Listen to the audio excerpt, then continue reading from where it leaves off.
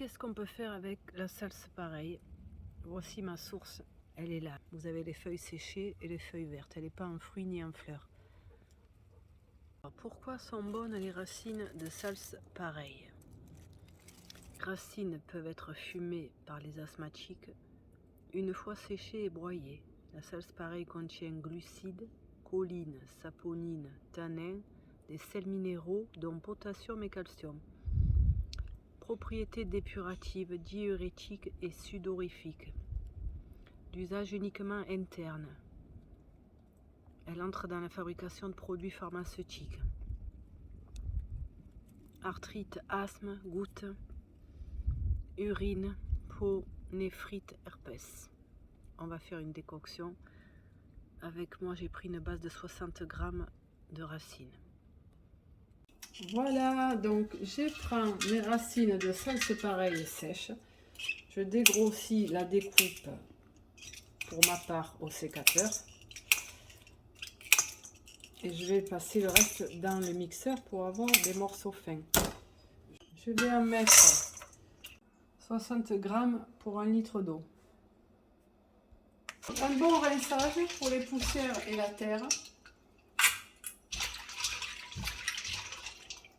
Donc on continue pour le broyage des racines.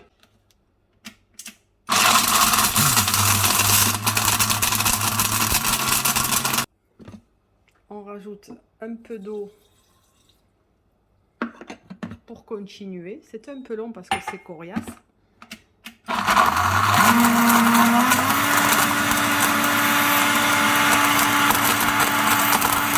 Alors, tu peux mettre, on met en décoction dans 1 litre d'eau les 60 g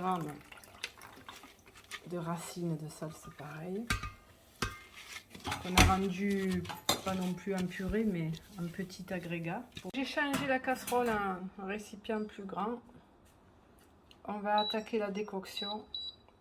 À partir d'1 litre d'eau froide, on a mis les broyats de racines et on va laisser bouillir en couvrant pour garder le plus les matières actives.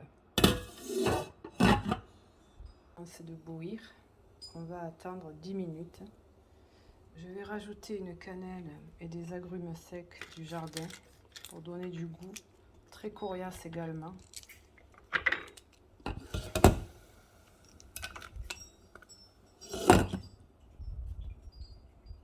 Voilà, 10 minutes, un quart d'heure, je coupe.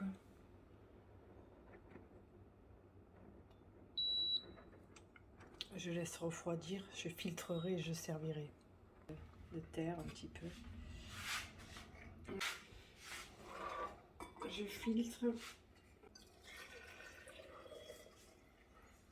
Et les matières actives sont passées dans l'eau. Un petit peu de cannelle pour donner de la saveur.